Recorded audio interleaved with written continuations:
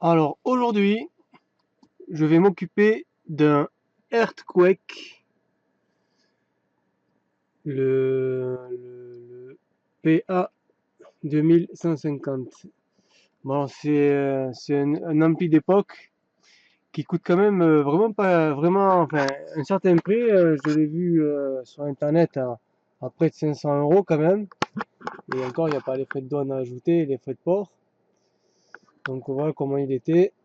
Il y avait un bouton triple pour les médiums aigus, les basses. Il y avait même un filtre dessus et il y a le gain, power, protection. Et sur cet ampli là, eh bien à l'époque il ne devait pas y avoir de bornier, je sais pas. Ils ont mis des fils qui sortent directement et le client a mis des cosses, j'imagine, je pense pas que ce soit fourni avec. Voilà, là les sorties HP, bon j'imagine que c'est le client qui a fait ça aussi. Et là, certainement le remote. Bon, alors cet ampli là, d'après le client, il s'allume mais il se met en sécurité, donc il y a de grandes chances que les sorties de puissance soient HS. Bon, on va l'ouvrir et regarder comment il est fait à l'intérieur. Voilà notre Earthquake ouvert, donc on va un petit peu le regarder de plus près. Donc voici la bobine.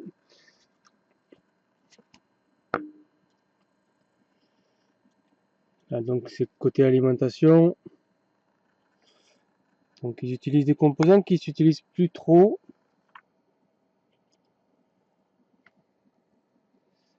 Donc c'est un classe AB.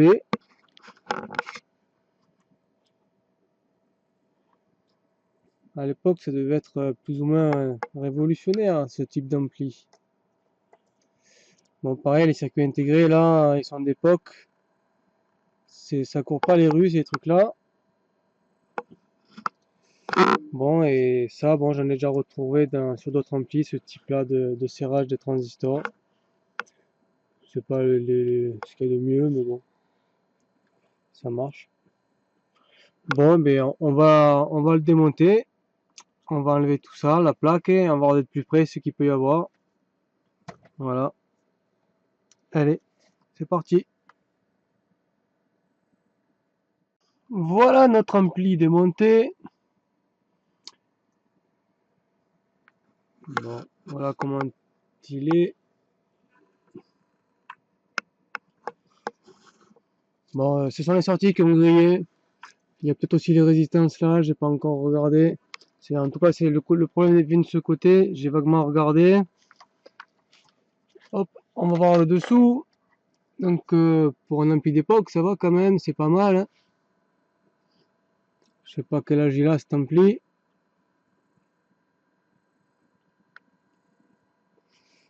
Donc voilà, bon ça c'est pour la température au cas où il chauffe trop l'ampli. Sécurité. Peut-être que un des deux transistors qui se trouve ici là a peut-être claqué aussi, j'ai pas regardé. Bon voilà, bon ça sera vite réparé. À moins qu'il y ait problème autre caché quelque part, mais je pense pas. Je pense pas. Je vais vérifier tout ça. Bon allez c'est parti. On va dessouder les composants et faire le remplacement. Bon. Et bien voilà. Voici les trois transistors concernés qui ont pris mal. Donc j'ai regardé a priori, il ne devrait pas y avoir autre chose, mais ça je le verrai un peu plus précisément quand je la mettrai sous tension. Mais je pense que ça va aller. Voilà. Petite réparation. Allez, je vais remplacer ça et puis on va faire un petit test pour voir s'il s'allume. Bon voilà, les transistors neufs que je vais replacer par-dessus. Et voilà, donc j'ai bien nettoyé, enfin j'ai sorti l'étain, plus qu'à souder les transistors. Voilà, chose que je vais faire maintenant. Bon voilà, j'ai remplacé les transistors, j'ai branché bon les RCA, j'ai branché l'alimentation, le remote. Alors ici là bon j'ai mis la gaine rétractable parce qu'évidemment là c'est sous tension et si jamais ça touche quoi que ce soit, enfin encore pour le moment c'est pas très grave, mais surtout pour le plus là, ça craignait quand même pas mal. Il y a quand même les vis là, mais bon c'est quand même mieux que ce que c'était. Au moins ça protège quand même bien mieux. Donc je pouvais pas laisser ça comme ça, c'était un peu dangereux quand même. Bon, là les sorties sont ici. À mon avis, je suis pas sûr que que le le propriétaire sache quel est le plus et les moins là-dedans, parce qu'a priori ça n'a pas été branché comme il faudrait que ce soit branché. Bon, peut-être qu'il le sait, je sais pas, mais il y a rien n'a été marqué. Je sais pas s'il sait qu'il y a des polarités à respecter. J'en parlerai, je verrai bien avec lui. Bon, alors on va faire un premier test, on va voir si ça s'allume, s'il y a quelque chose. Donc là, il y a tout en place. On va mettre le courant. On va voir si alors, le courant y est. Et est-ce qu'il va démarrer? Bon, bah, en fait, il démarre pas. Ah si, si, il démarre. Il a démarré. Bon, ok. Bon, rien qui chauffe. Ok, c'est bon, ça a l'air bon. Bon, bien, je vais brancher les haut-parleurs dessus. Je vais voir si ça fait du son. J'ai pas branché le haut-parleur, mais j'aurais dû le faire, remarque. Bon, je vous reprends de suite. J'ai juste branché les haut-parleurs juste pour voir s'il y a du son. Bon, voilà. J'ai branché juste un haut-parleur. Parce que je veux juste savoir un par un, enfin, un canal par canal, pour savoir si les deux fonctionnent correctement. Donc, je vais tester d'abord celui-là avec vous. Donc on va l'allumer, le courant est lié, je vais mettre le remote, évidemment je vais mettre play, voilà, et je mets le remote, c'est parti, voilà, et je vais monter le gain.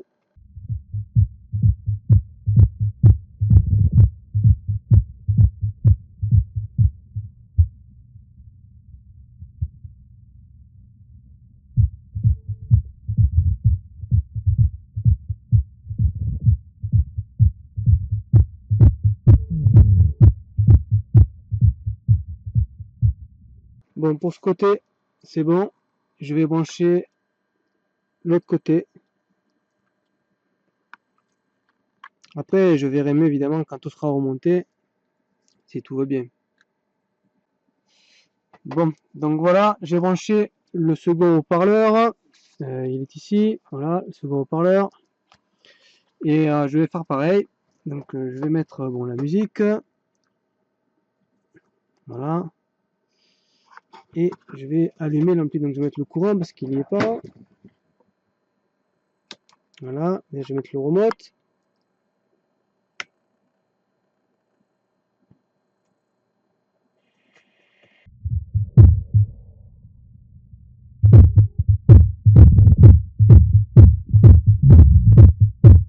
on va baisser un petit peu pour que je puisse avoir de réglages dessus.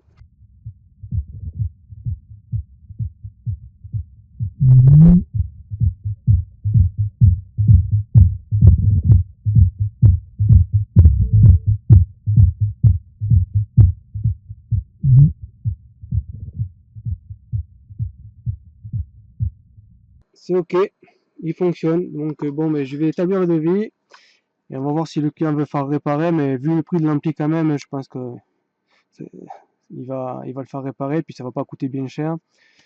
Et donc on se revoit après, s'il accepte le devis, je le remonte, et on fait le test sur un sub, sûrement je mettrai un sub pour écouter un peu. Voilà, bon voilà, je suis en train de le remonter, comme on voit, et quand je vois ça, finalement, je me demande si, parce que ça a été rajouté, ça, à la base, il n'y a que des fils, il y a des longs fils, et c'est que des fils. À l'époque, il n'y avait pas de bornier comme maintenant, et bon, après, il a été refait cet ampli-là, mais avec des borniers, hein. Mais quand il est sorti la première fois, il y avait que des fils comme là qui sortaient, par exemple, vous voyez. Donc là, le propriétaire a mis ça pour pouvoir mettre ses fils facilement. Le problème, c'est qu'il n'a pas marqué ce qui était le plus, le moins et tout ça. Je ne sais pas s'il est conscient qu'il ne faut pas faire d'inversion de polarité. Alors, ce que je vais faire, je vais les recouvrir de couleurs et je vais marquer gauche et droite si je peux trouver par rapport, ouais, que je pourrais le trouver, ouais, évidemment. Je marquerai donc côté gauche, côté droit aussi, parce qu'il ne faut pas qu'il se trompe non plus. Vous comprenez que si jamais il fait des inversions de polarité et qu'il finit par griller l'ampli ou quoi que ce soit, après, je dois faire marcher avec garantie, voilà. Donc, je suis obligé de faire les choses pour le mieux possible. Voilà. Bon, c'était une petite vidéo juste parce que je pensais à ça. Donc, je vais continuer à le remonter et on va faire les premiers tests. Donc, j'ai fini de remonter le Earthquake et donc voilà, bon, je me suis amusé à faire côté gauche, côté droit, moins, plus, pour être sûr qu'il ne se trompe pas, le client. Par contre, j'ai remarqué que ici, là, on voit, vous voyez, côté gauche est en haut, côté droit est en bas, donc là, il n'y a pas d'erreur pour ça, mais sur le connecteur, ils se sont trompés de connecteur quand ils les ont commandés. Ils ont mis le rouge en haut et le blanc en bas. Ouais, normalement, ça aurait dû être l'inverse. Bon, ce que je vais faire, je vais m'amuser aussi, comme j'ai commencé, je vais mettre le rouge en noir et le blanc en rouge. Ça ira beaucoup mieux, ça sera beaucoup plus correct. Bon, je fais ça et après, on va voir s'il s'allume quand même, parce que bon, j'ai pas regardé. Il faut quand même qu'il s'allume cet ampli-là. Allez, je vais faire ça et je l'allume. Je reviens. Bon, voilà. Oui, donc c'est ça que j'avais fait. Donc, maintenant, le gauche, il est noir et le rouge, il est bien rouge. Comme ça, c'est un petit peu plus correct. Bon, c'est du détail, hein. Bon, allez. On va juste voir s'il fonctionne d'ailleurs. On va voir s'il s'allume. Je vais mettre les RCA.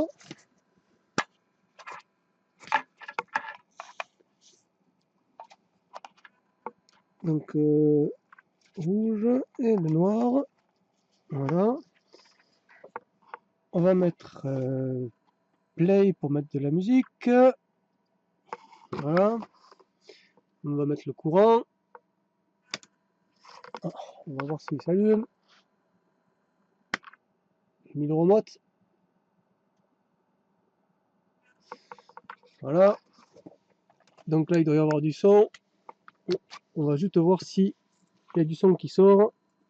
Et après, on le branchera sur un sub. Ah, peut-être que le son est à 0 là. En effet, je vais couper ça d'ailleurs là-bas.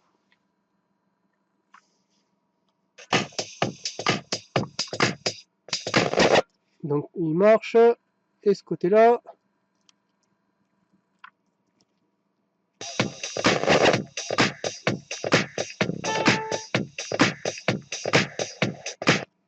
Ça marche aussi. Bon. Ok, bon maintenant je vais brancher. On va s'amuser, on va brancher un sub dessus. On va s'amuser à le pousser un petit peu ce Earthquake. Il a l'air de donner un petit peu quand même, hein, ce petit ampli là de classe AB de l'époque. Allez, on va voir ça. De retour sur notre ampli Earthquake. Bon, voilà, donc bon, j'ai encore modifié un petit peu. Comme il y avait le remote, il était juste un petit fil comme ça, pour que ça soit bien plus costaud et bien plus sécurisé. J'ai fait ça, c'est soudé, ça bougera plus. Il y a une petite vis dedans là, et on met le câble à l'intérieur. Conclusion, ça bouge plus, c'est costaud, tout est correct, les polarités, tout va bien. Donc on va faire le test. Donc on avait vu tout à l'heure chaque sortie. Et là je le mets en mono, en bridgé, et je le branche sur un sub. On va voir ce que ça donne un petit peu. Donc je mets le courant. Voilà. Maintenant, j'allume l'ampli, je mets le remote.